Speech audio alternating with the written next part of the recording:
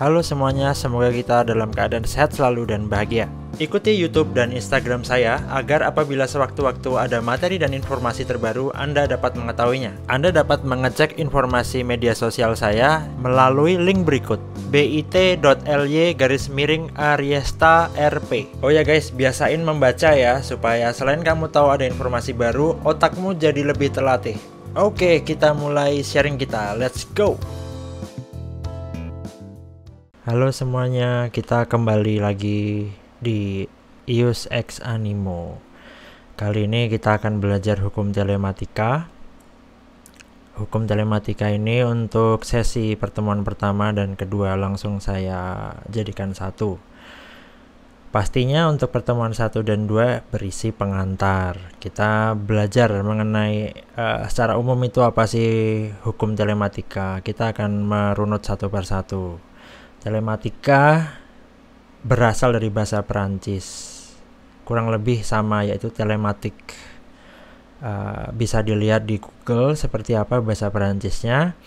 Istilah ini banyak digunakan di benua Eropa. Nah, namun sekarang menjadi umum telematika istilahnya. Telematika sendiri berarti gabungan atau konvergensi antara teknologi informasi, kemudian media, dan jaringan telekomunikasi. Baik dengan luring maupun daring, itu adalah lingkup dari telematika. Nah, hukum sendiri maknanya ya seperangkat peraturan, alat untuk mengatur sosial dan sebagainya. Ya, jadi kita simpulkan bahwa hukum telematika ini kurang lebih akan membahas mengenai peraturan yang antara lain mengcover mengenai jaringan komunikasi, media, teknologi informasi, dan seluruhnya. Jadi digabung semua itu, dijadiin satu di telematika tadi. Ya, pasti kita akan membahas juga pengertian pertama itu selalu. Kita akan membahas ruang lingkup, jadi kita batasi apa saja yang kita pelajari. Kemudian sejarahnya bagaimana, sumber hukumnya apa saja, baik yang internasional maupun yang Indonesia, yang di Indonesia. Kemudian jenis kejahatannya apa saja, yurisdiksinya bagaimana. Kemudian aspek hukum lain yang ada dalam telematika itu apa saja, apakah ada hukum perdatanya atau hukum yang lain, itu juga akan dibahas. Kemudian tantangan untuk hukum telematika di Indonesia itu seperti apa, sehingga nanti setelah belajar tentang hukum telematika diharapkan semua mengerti mengenai bagaimana cara membedakan hukum yang tercover dalam bingkai telematika dan yang tidak. Mana yang terkategori sebagai hukum yang mengcover hanya media, hukum yang mengcover hanya komunikasinya saja, telekomunikasinya saja. Kemudian mana yang mengcover tentang teknologi informasi, dan mana yang mengcover semua. Dengan kata lain yaitu hukum telematika. Sehingga kalau kita ngobrol tentang hukum telematika pasti tidak jauh dengan informasi yang terpancar dengan telekomunikasi, disebarkan kemudian dengan berbagai media seperti smartphone, kemudian laptop dan sebagainya. Sehingga kalau kita tahu di kehidupan sehari-hari kita pernah menggunakan GPS untuk share location. Jadi kalau ada orang nanya, kamu lagi di mana? Ya, kita biasanya kan bagi lokasi kita dengan WhatsApp atau apapun itu. Nah, itu salah satu lingkup yang juga dibahas di hukum telematika. Bagaimana data privasi kita bisa diakses, kemudian bagaimana pelindungannya itu juga akan dibahas. Kita akan bahas juga slide. Untuk slide bisa dilihat di YouTube saya. Nanti akan saya berikan di deskripsi.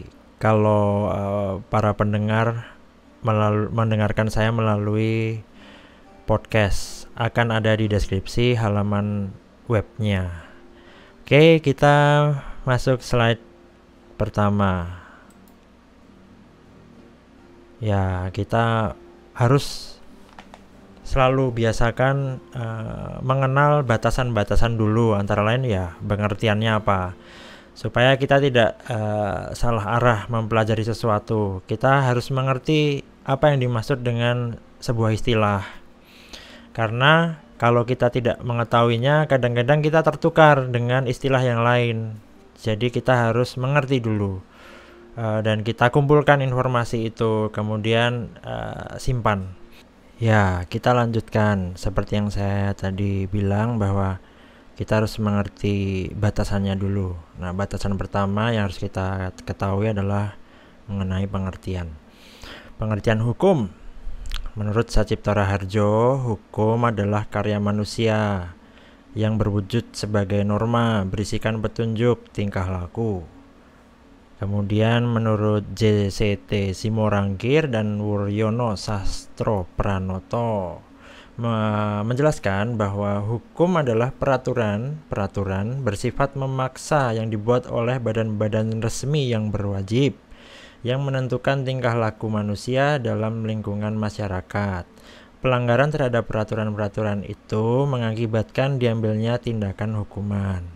Selanjutnya, Sudikno Mertokusumo menyebutkan bahwa hukum adalah kaidah, merupakan ketentuan atau pedoman tentang apa yang seyogyanya atau seharusnya dilakukan. Pada hakikatnya, kaidah hukum merupakan perumusan pendapat atau pandangan tentang bagaimana seharusnya atau seyogyanya seseorang bertingkah laku. Selanjutnya, menurut Roscoe Pound, hukum adalah alat untuk mengendalikan sosial, karena hukum adalah bentukan sosial. Selanjutnya, menurut Eugen Ehrlich,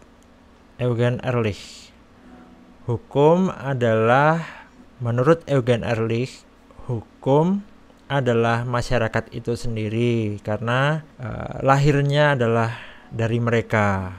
Eugen Ehrlich ini menganggap bahwa hukum itu hidup di dalam masyarakat dan bukan memandang undang-undang sebagai hukum, sehingga istilah living law atau hukum yang hidup dalam masyarakat diperkenalkan oleh Eugen Ehrlich, dan istilah ini membedakan dengan positive law, yaitu hukum yang diberlakukan oleh pemerintah. Selanjutnya, menurut Jering, Hukum